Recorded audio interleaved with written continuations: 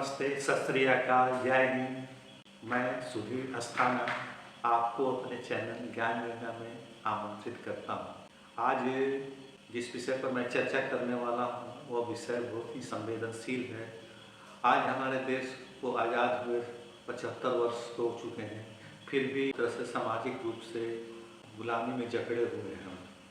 हमारा देश बहुत प्राचीन काल से एक ऐसी कुरीति में फंसा हुआ है जिसे अभी तक मुक्त नहीं हुआ है। हालांकि अंग्रेज़ों के आने से और संचार के साधनों में वृद्धि होने से, रेल के आगमन से इस प्रथा में कुछ कमी आई है, छुआछूत जैसी भावना कुछ कम हुई है, लेकिन जाति प्रथा अभी तक बनी हुई है।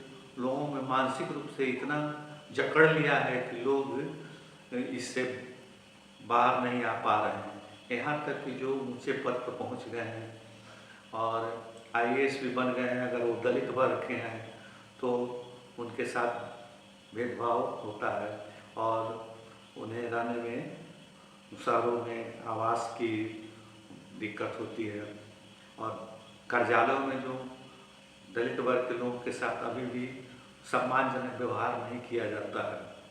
जाति प्रथा एक बहुत ही विषैली व्यवस्था है। इसने हमारे समाज को बुरी तरह से प्रभावित किया हुआ है और इसके चलते देश का विकास अवरुद्ध हो गया है। आज इस संदर्भ में बात करने का कारण यह है कि अभी हाल में राजस्थान के जालौर में एक मासूम बच्चे जो 9 साल का था, दलित वर्ग के होने के कारण उसे शिक्षक ने पीट कर मार डाला।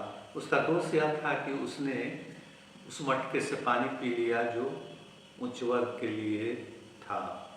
और समसामयिक घटना जो इस पर चर्चा करने के लिए हमको आकर्षित किया वह यह कि एक बहुत बड़ी टेक कंपनी एप्पल जो है इस जाति प्रथा को समाप्त करने के लिए, जाति प्रथा को दूर करने के लिए आगे आई है और उसने निर्णय लिया है कि इस पर वह कार्य करेगी। एप्पल में देखा गया है कि वहाँ भी जो कुशल कर्मचारी हैं वो अपने सहयोगियों के साथ जातिगत भेदभाव करते हैं। जाति प्रथा हमारे देश में लगभग 3000 वर्ष पुराना है।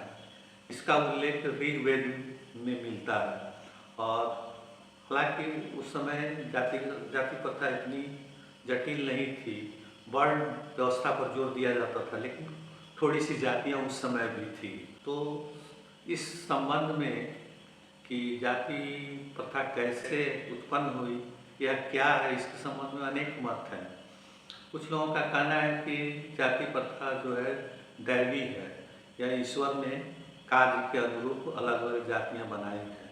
कुछ विद्वानों का मत है कि जाति प्रथा जो है वह प्रारंभिक व्यवसाय के अनुसार लोग, एक व्यवसाय के लोग एक जाति में ढलते गए और इस तरह से जितने तरह के सामाजिक कार्यकलाप थे, व्यवसाय थे, उतनी तरह की जातियाँ विकसित हो गई। एक मत है कि समाज में अनेक तरह के संप्रदाय, धर्म, आस्था थे और उसके अनुसार भी जातियाँ बन गई। कुछ विद्वानों का मत है, जो धर्म से जुड़े हुए लोग हैं, उन लोगों का कहना है कि जो ब्राह्मण वर्ग है वो ब्रह्मा के मुख से उत्पन्न हुए हैं और क्षत्रिय भुजा से और वैश्य जंघा से और पैरों से शूद्र उत्पन्न हुए हैं। ऋग्वेद के 10वें मंडल में पुरुष सूक्त में ऐसा वर्णन मिलता है। जाति प्रथा महाकाव्यों में जैसे रामायण में, महाभारत में भी अनेक जातियों का उल्लेख मिलता है। इससे साबित होता है कि जातियाँ बहुत प्राचीन काल से हमारे देश में विद्यमान रही हैं। जैसे संघ के विचारक जो हुए हैं, जैसे गोलवलकर, दीनदयाल उपाध्याय, इन लोगों का मानना यह था जातियाँ जो है वो बाहरी आक्रांताओं के द्वारा भारत में आई, भारत में उत्पन्न हुई। मुस्लिम आक्रांता यहाँ के निवासियों को जातियों में बांटा और उनका शोषण किया।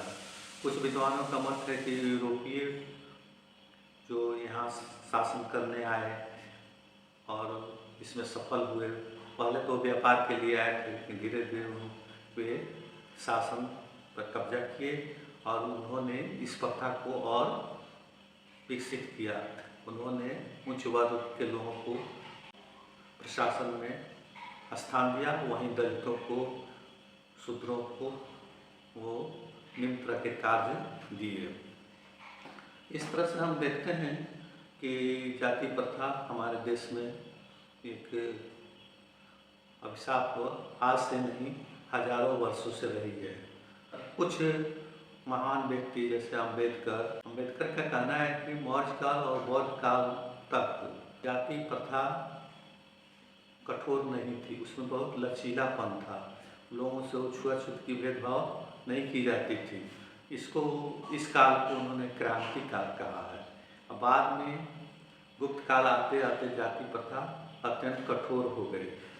जाति प्रथा इतनी कठोर हो गई कि शूद्रों को नीच समझा जाने लगा, उन्हें समाज से बाहर रहना पड़ता था, उनके साथ मिलना जुलना लगभग बंद कर दिया गया था।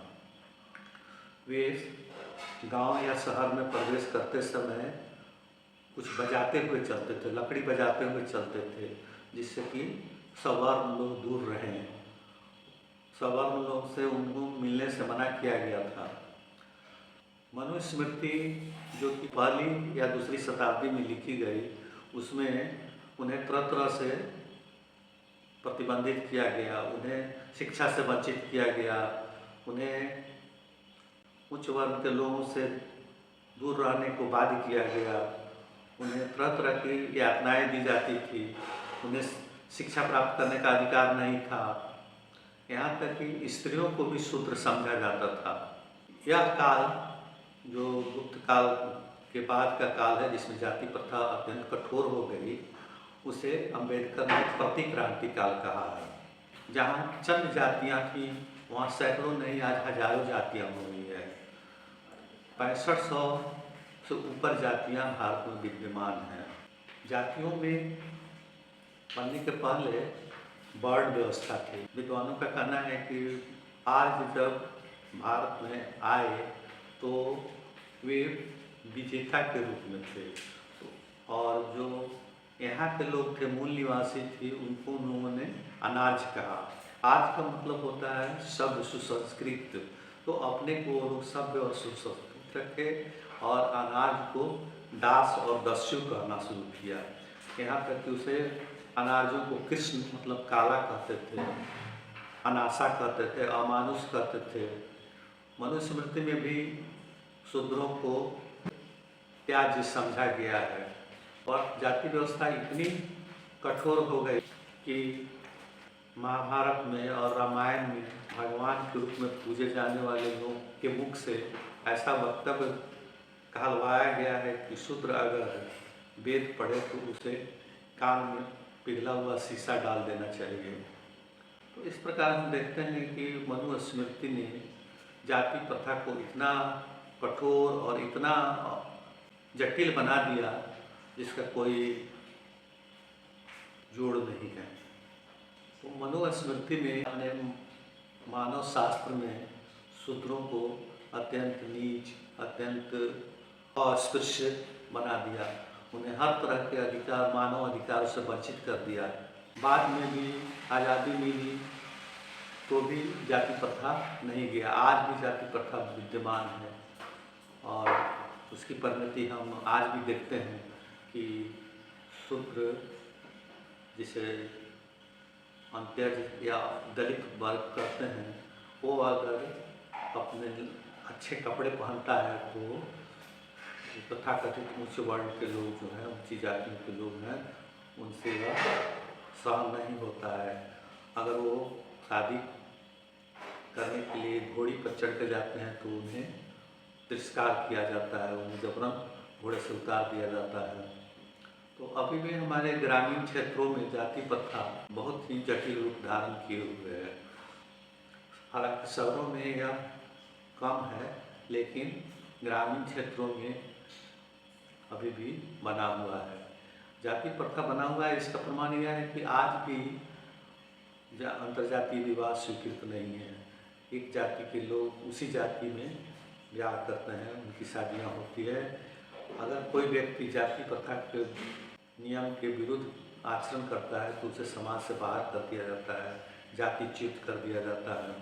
प्राचीन काल में जब व्यवसाय के अनुसार जातियाँ संगठित हुई तो इससे एक ही लाभ हुआ कि व्यवसाय जो है वंशानुगत हुआ। इससे कुशलता में वृद्धि हुई, क्योंकि जो पिता का ही व्यवसाय संतान अपनाता था। इस तरह यह वंशानुगत होने से बहुत ही कुशल हो जाता था, नहीं तो इस व्यवस्था से समाज का कोई लाभ नहीं था।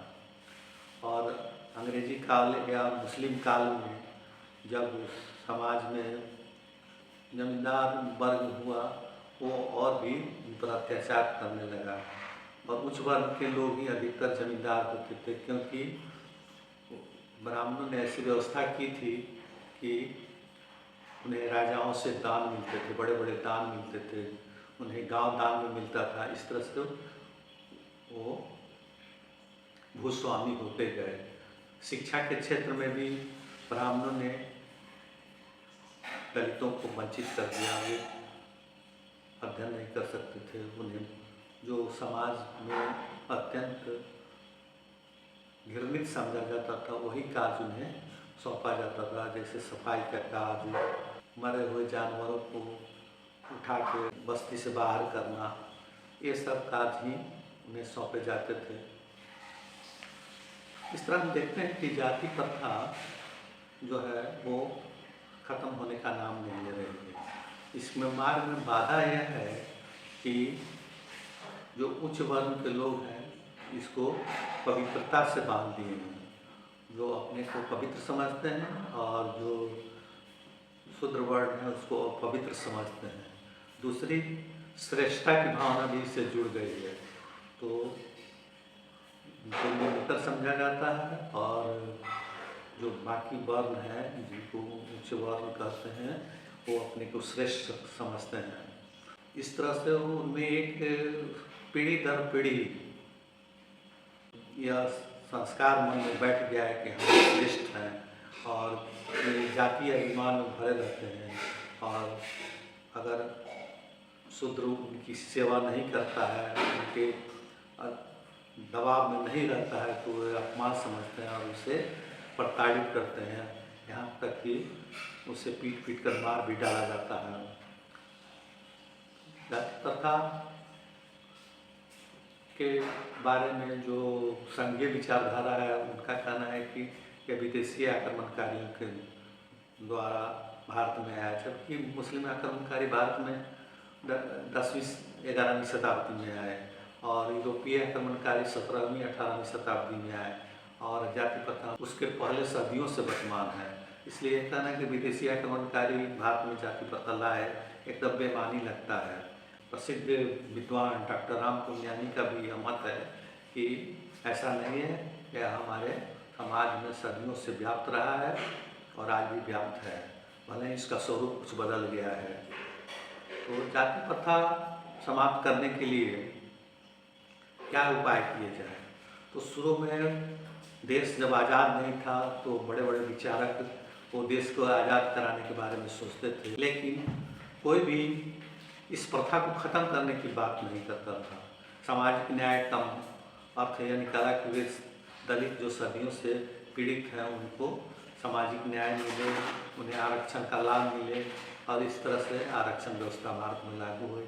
जबकि संविधान के 15वें अनुच्छेद में कहा गया है कि जाति, लिंग, वर्ण के आधार पर किसी तरह का भेदभाव नहीं किया जाएगा। आरक्षण सही है क्योंकि दलित हजारों वर्ष से पीड़ित रहे हैं, लेकिन उसकी एक समय सीमा होनी चाहिए। समय सीमा नहीं होने से वो आरक्षण का लाभ पाने वाले लोग हैं, लाभार्थी हैं, वो भी जाति प्रथा को नहीं छोड़ेंगे क्योंकि उससे उन्हें लाभ प्राप्त है। सरकारी नौकरी में आने के लिए आरक्षण का लाभ नहीं छोड़ेंगे, और आरक्षण का लाभ उन्हें तभी मिलेगा जब वो जाति व्यवस्था में बने रहेंगे।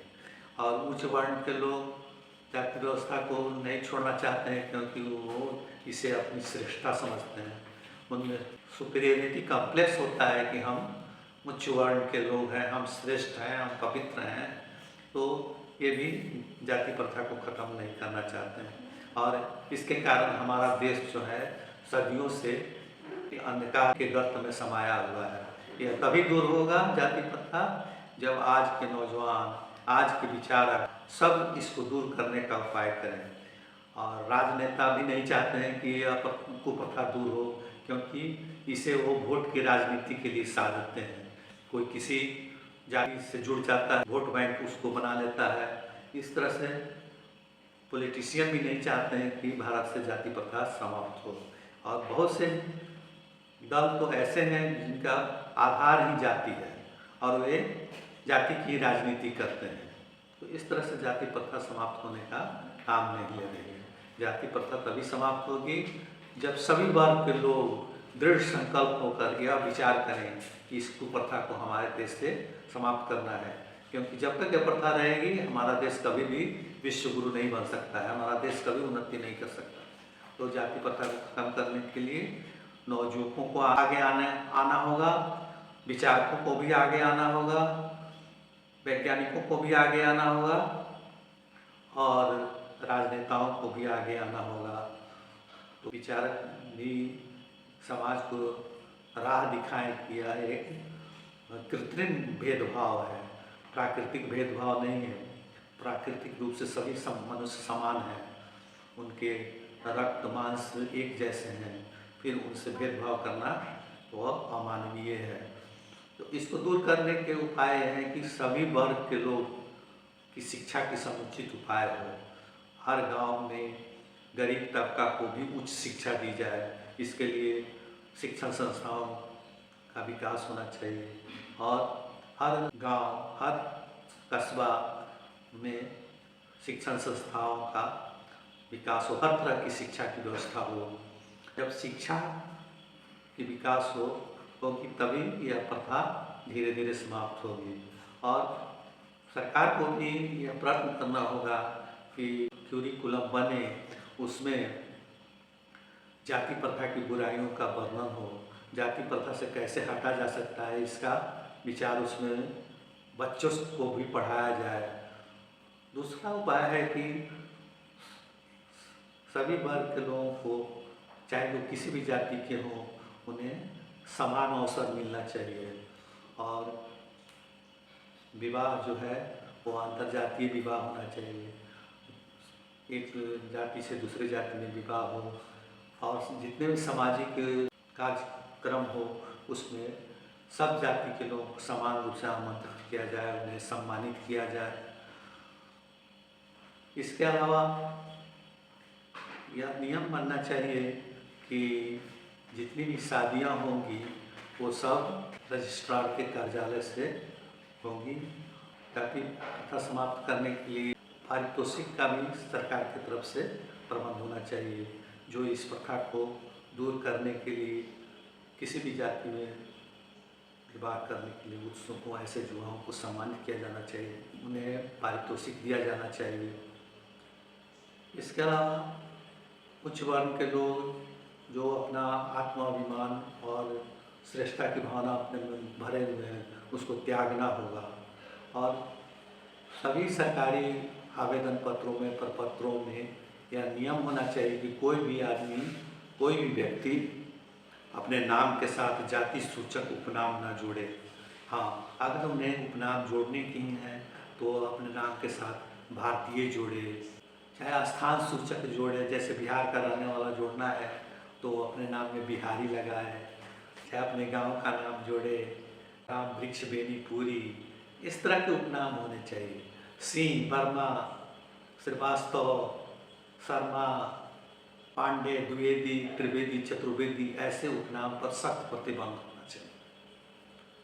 आशा है कि आपको हमारा यह विचार पसंद आया होगा। अगर आप इसको पसंद करते हैं तो चैनल को सब्सक्राइब करें, शेयर करें और लाइक करें। धन्यवाद।